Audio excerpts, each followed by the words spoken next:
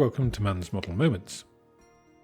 Following my video on Temu, this video is going to be taking a look at the model that I got there and was included as an offer. I've been told that this is now back in stock again too, so check out my first Temu video and grab yourself a bargain, and I'll show you just what you'll get in this box. It is of course the Border Models 1/35th scale Nakajima B5N2 Kate, or Type 97 carrier attack bomber. Opening the top opening box, which is dominated by the attractive art of a Kate on an attack run, we have the very sturdy lower box which protects the myriad of individually wrapped sprues.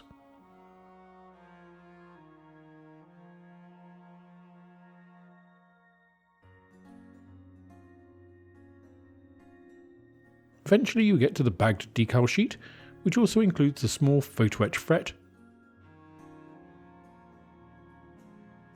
And finally, the instruction booklet.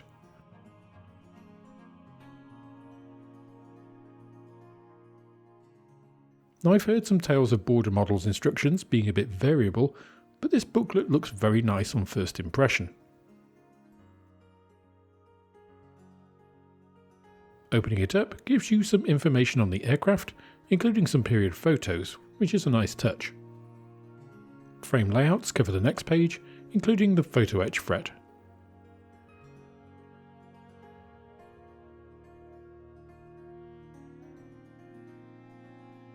Construction starts with a highly detailed engine,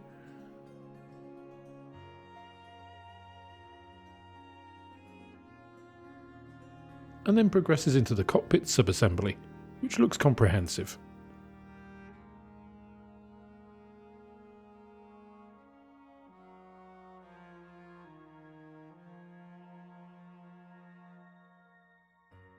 I do like the fact the cockpit can be built completely independently from the fuselage too. The next few pages cover the construction of the fuselage and wings,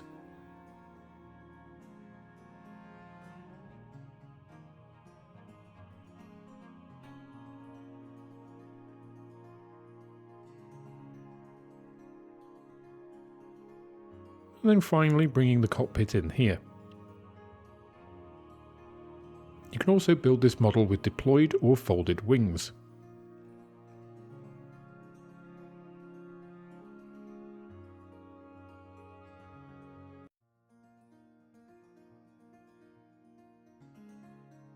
This section deals with making the various optional weapon loads,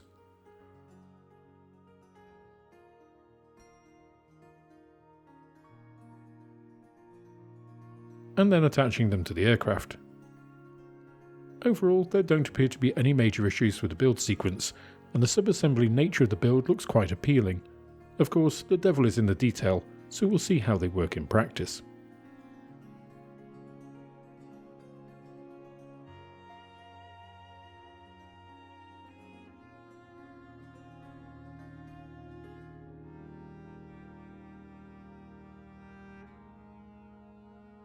The last two sides are dedicated to full colour profiles for two separate aircraft, and they look pretty attractive.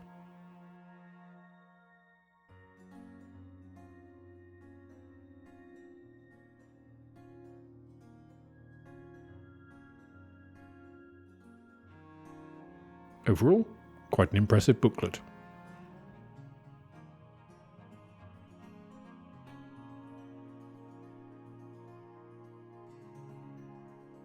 As you might expect with a 1/35th scale aircraft, the decal sheet is quite large and appears nicely printed in a silk finish.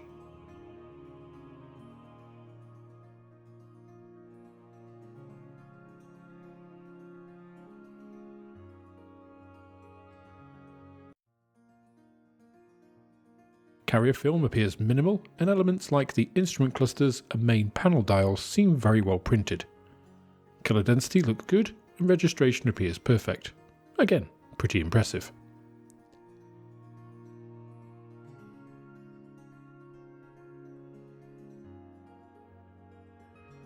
Taking a look at the plastic, this is a very impressive kit. We'll see it in better detail in the close-ups, but the surface of this kit is covered in fine detail, including having moulded in representations of the stressed skin effect present on aircraft since the 1930s. This is the first time I've personally seen this in a kit, and it's pretty cool. This first frame also has some of the wing interior structure for the folded wing option. And turning the frame over, there is further evidence of that in the interior of the wing panels themselves.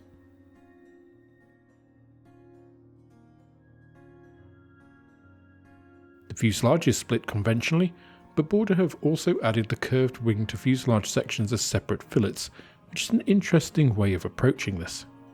The control surfaces have fabric effect moulded in, which looks quite extreme on first glance, but we'll have to see how it looks on the finished model. There's also more of that stressed skin effect.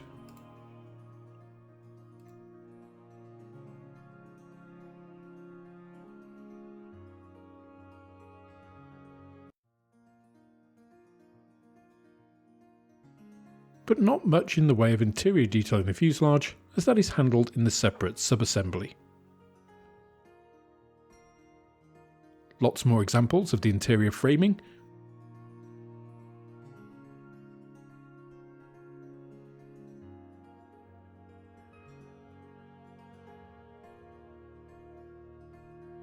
The stressed skin effect and fabric covered control surfaces on display in this frame, dealing with more wing elements.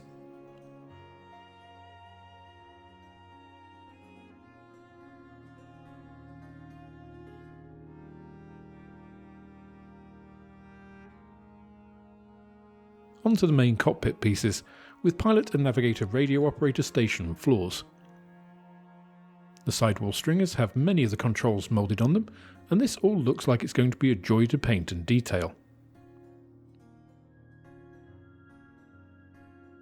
We have all the instrument panels here. And the top of the fuselage is a separate fillet, preventing any top seam issues in the finished build. The frame dedicated to the radial engine is next, and you get some fantastic details here. The casting and protection of these items looks great, delicate and crisp with no flash that I could spot.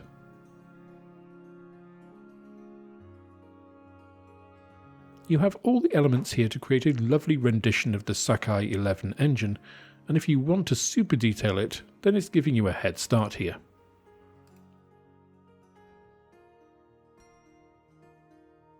The next frame is mainly about landing gear. Here you not only get the main struts, but, and this is the first time I've seen this in an injection moulded kit, the brake lines for them too.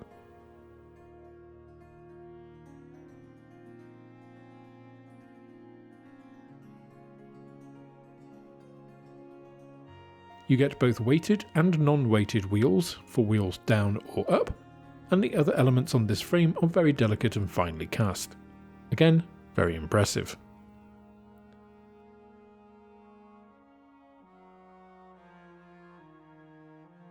Of course, no kit would be complete without its fiddly bit sprue, and this is it for the Kate.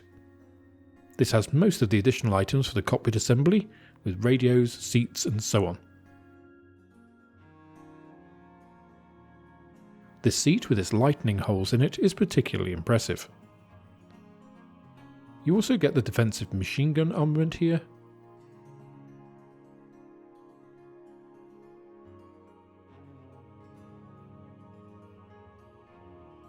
And many other small and finely cast detail pieces.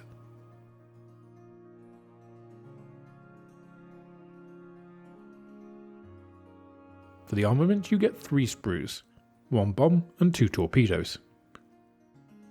I probably won't be using the bomb since the Kate was primarily a torpedo bomber, but it does look very nice. The 2 torpedoes differ in one having its wooden air-launch stabilisation frame, which makes the sprue a bit more complex, but both of these look impressively detailed.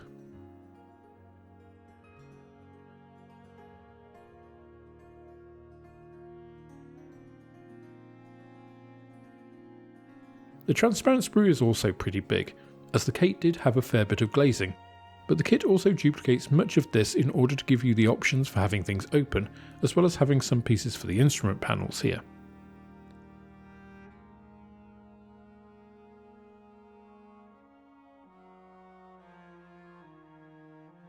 Clarity of the plastic is pretty good, though it's difficult to see here due to the curved nature of most of the parts. Hopefully you'll see it better in the close-ups.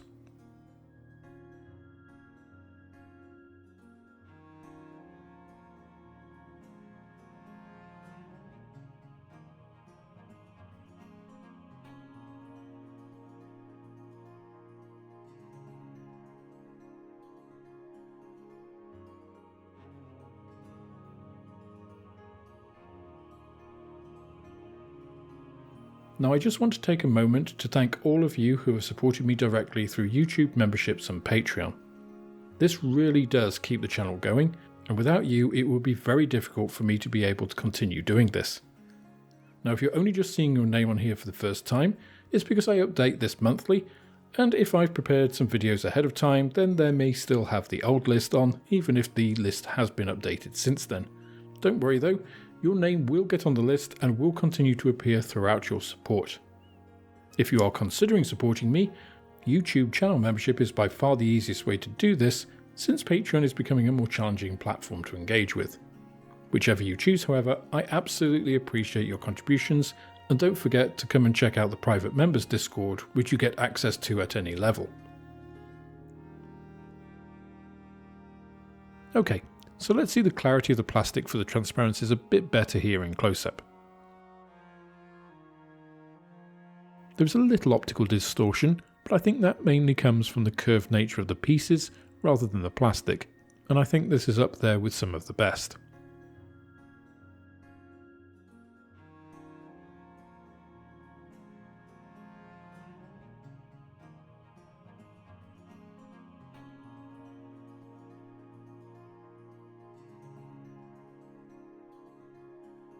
Here's that instrument panel transparency.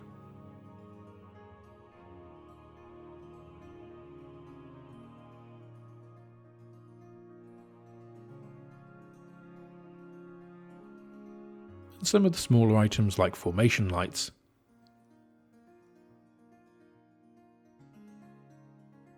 Here's the optional bomb, and you can see that this is really nicely moulded, with some great details. This little prop, for example. And the various braces.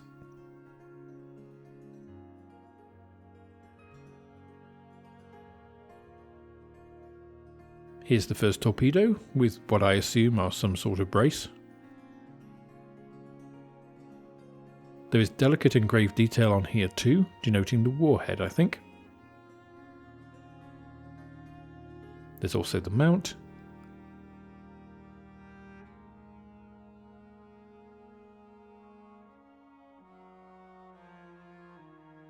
And these gorgeous propellers. And finally, the wooden stabilization frame.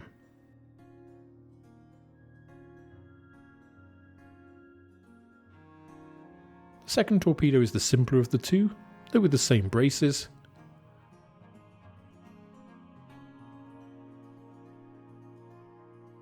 And those lovely propellers.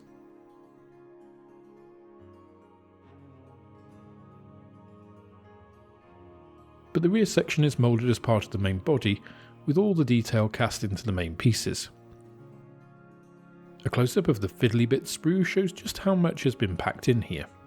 This radio set is gorgeous, and the finesse on display in these parts is great.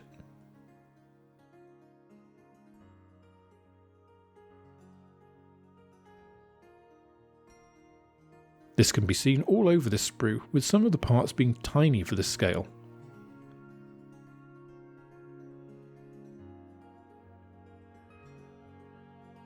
Here are those Type 92 machine guns.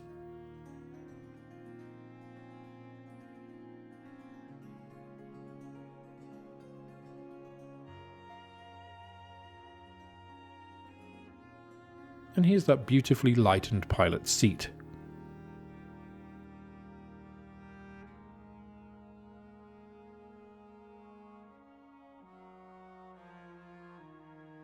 More tiny details.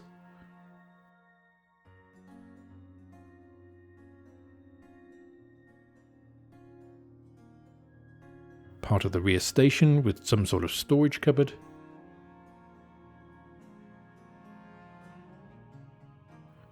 Overall, again, very impressive.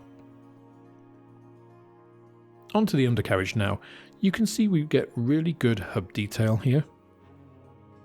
For the raised gear, you have the doors attached to the struts as separate parts, which is often not the case in larger scale kits. The lowered struts show us a wealth of detail, and here are those brake lines, which are very delicate and have broken here on my example, but it's nice that they are included, and if nothing else they show the path of them if you want to replace them with wire. Here we have those nicely weighted main wheels. Other parts on this frame demonstrate the overall level of design and casting finesse here.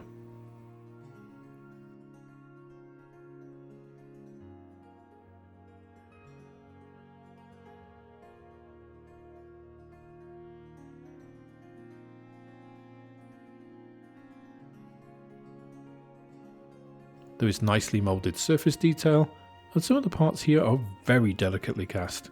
Again, another impressive frame. Now onto the details of the engine. The Sekai 11 2-row 14-cylinder air-cooled radial is very nicely produced here, with great levels of detail on all the parts.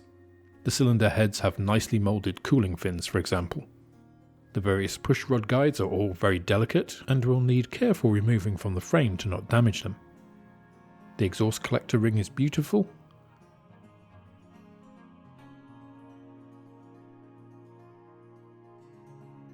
There are a host of small gribbly bits on this frame too, not just for the engine. The cowling front and exhausts are flawless, with the latter being complex three-dimensional pieces.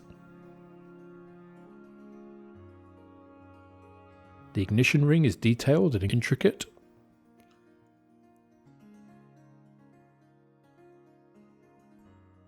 And there's more gribbly bits before moving to parts of the cowling, which exhibit the same rivet detailing as the main parts.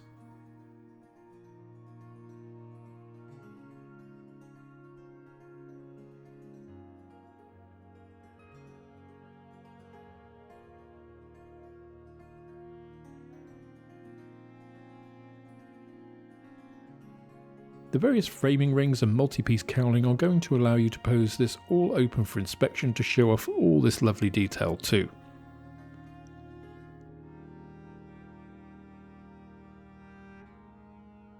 Here are the main internal cockpit stringers and detail pieces, and you can see this is going to really benefit from careful painting.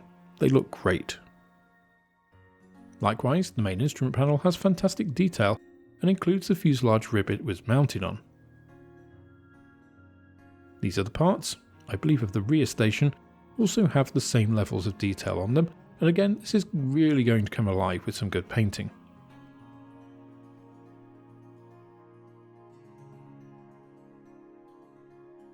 The cockpit floor looks fantastic, with nicely recessed detail that is the base of any super detailer's dreams.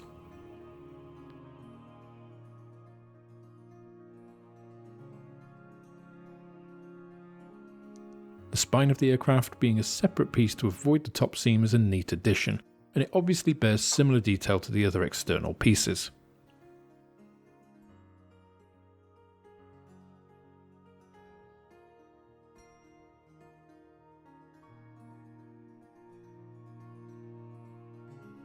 And here are some of those in closer detail. The control surfaces have pronounced fabric over metal skeleton effects, which I'm guessing some will like more than others, but I'll hold judgment until I see what they're like in the finished model.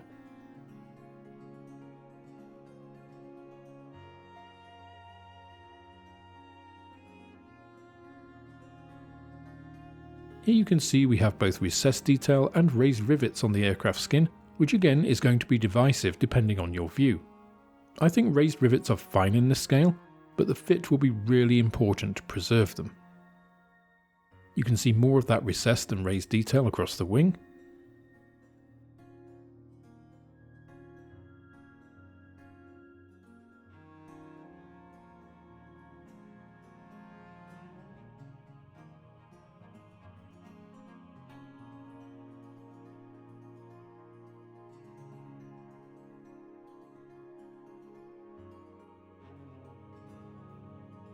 Here are those wing trailing edge roots, again showing the rows of precisely raised rivets.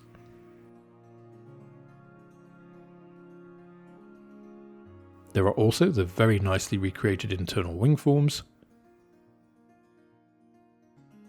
Here you can see the very nicely cast and detailed single piece propeller assembly.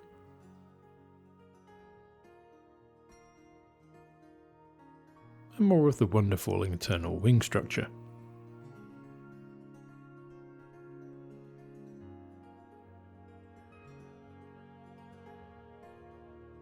more of that pronounced fabric effect on the rear control surfaces.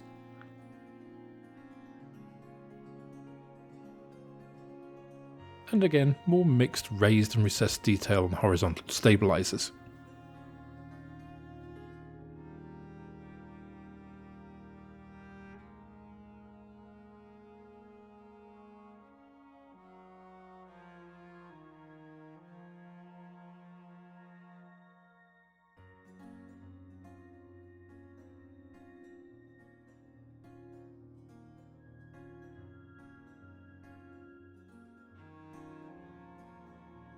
Here's the same detail across the main fuselage pieces and those wing joint fillets. As you can see, all flawlessly executed.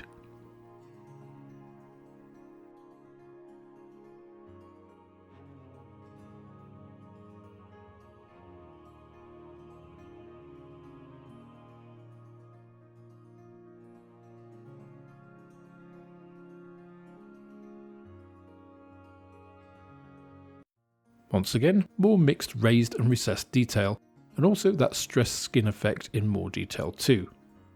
I actually really like this idea, since if you see a real aircraft this is very apparent, and I'm looking forward to how it looks on the painted model.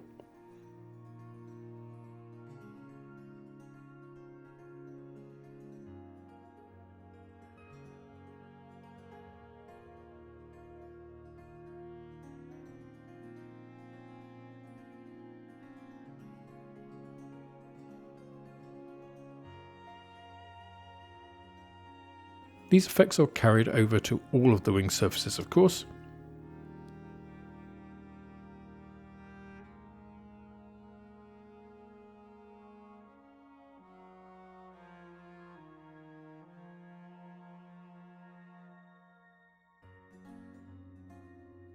The central section of the underside of the fuselage and wing is gorgeous. It has a wealth of detail across it, with recessed panels and access ports, and raised rivets as elsewhere. It's just a shame most of this will be hidden underneath when complete.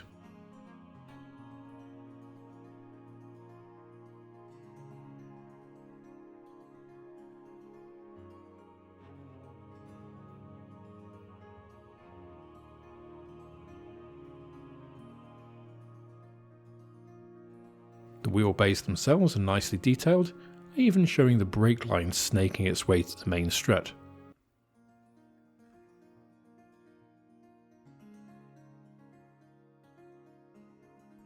Even areas like the flap attachment points look very detailed. The tiny photo etch fret shouldn't put you off. It does have some tiny elements, but it is mainly seat belts, which should be easy enough for most modelers attempting this kit. This is the reverse of the fret. And here's the front.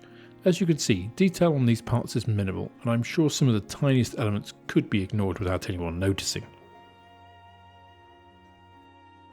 The decals in close-up look good, and here you can see the two instrument panel decals. I'm not sure why this is without going through the instructions in detail, but they look great for the scale in any case.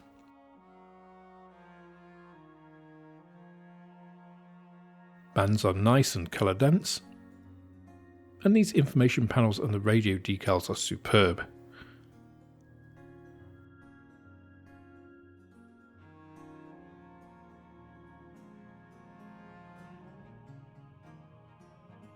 Looking over the sheet, you can see everything is very crisp with good colour density.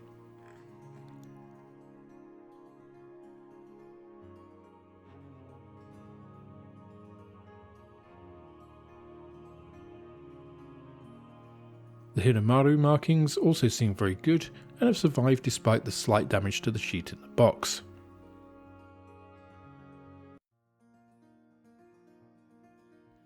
I just hope these decals are as good to use as they look.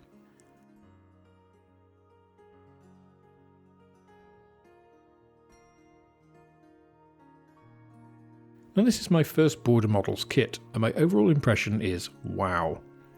You get a tremendous amount of plastic within the sturdy box, which did its job of protecting everything from its less than gentle handling by international shippers.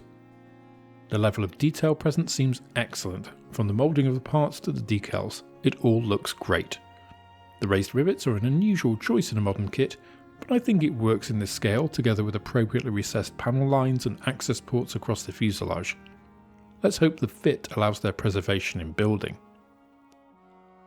The stress skin effect is really interesting, and I'm really looking forward to how it comes out in the end. It's something I've often thought about on aircraft, especially when at air shows and seeing the real thing, and this is the first time I've seen it represented in kit form. The control surface fabric skinning effect does seem to be at the extreme end of things, but I'll give the kit the benefit of the doubt until I build it, and it's one of the easier things to address with a light filling and sanding should it actually be necessary. I'm not sure it will be. The interior of the cockpit looks incredible, and the way it's done with the modular sub-assembly approach is one I liked in the FX Spitfire, and I'm sure it will look just as good, maybe even better here. The radial engine is also great, and an ideal basis for super detailing. All you'd really need are some ignition leads to really push it up there. The internal structure of the wings for the folds looks great too, and I'm a bit torn as to how I would do mine, as I wouldn't want to obscure the cockpit, but it seems a shame not to expose these areas. The dilemma of the modern modeler. How great that these are our problems rather than how to fix ill-fitting parts or missing detail. In terms of engineering, this kit has some other innovations to help with some traditional problem areas. The separate spine and wing root fillets, for example, which really gives you the confidence that Border have really put a lot of thought into designing this kit. I really hope the fit is good to pull all of this off, but then nothing here leads me to think that it wouldn't be. Casting is crisp, flash is absent, and overall the kit oozes quality, right down to the way the instruction booklet is produced. In fact, the only possible fly in the ointment for aviation modelers might be the scale. 1/35 is not a common one for these subjects, though it does open the possibilities for a diorama here, which this project probably deserves. In summary, this looks like a fantastic kit, and I have no hesitation in recommending it to any intermediate modeler that really wants to get their teeth stuck into a super detailed model. It's really good value at its UK RRP of around £67, but if you watch my Temu video, linked here if you haven't, you can get this kit for less than £15, which is an absolute steal, and you'd be insane if you saw this at a show for that price and didn't pick it up. Temu have recently restocked this, so if you've not picked one up yet, head over to that video for my code and link. Now I know some of you don't like Temu as a Chinese company, but remember that Border is also Chinese, as are many of the other manufacturers we buy from. Whilst you may not agree with the country's politics and practices, you have to accept the fact that almost everything we use in the West today has at least some, and often most or all, components sourced and manufactured in China. Companies like Airfix have their toolings made in China, and they are a sovereign country that generally obeys international law and we all trade with, so please bear all of that in mind if you're going to make comments on my videos regarding this. I will remove any offensive political comments. This is a modelling channel after all, and there are plenty of other places for you to make a more impactful point on the subject if you wish. If you don't want to purchase from them, I respect that, but please also respect others' views. That's all for this instalment of Man's Model Moments. If you enjoyed the video, please click the like button, subscribe to the channel for more like it, and share this video with others you think would also enjoy it. You can also follow me on Instagram, Twitter and Facebook, and if you're feeling generous, then I also have a Patreon, which is absolutely the best way of helping me to grow the channel and produce more content like this. With that, I hope you have plenty of modelling moments of your own, and I look forward to welcoming you on the next video.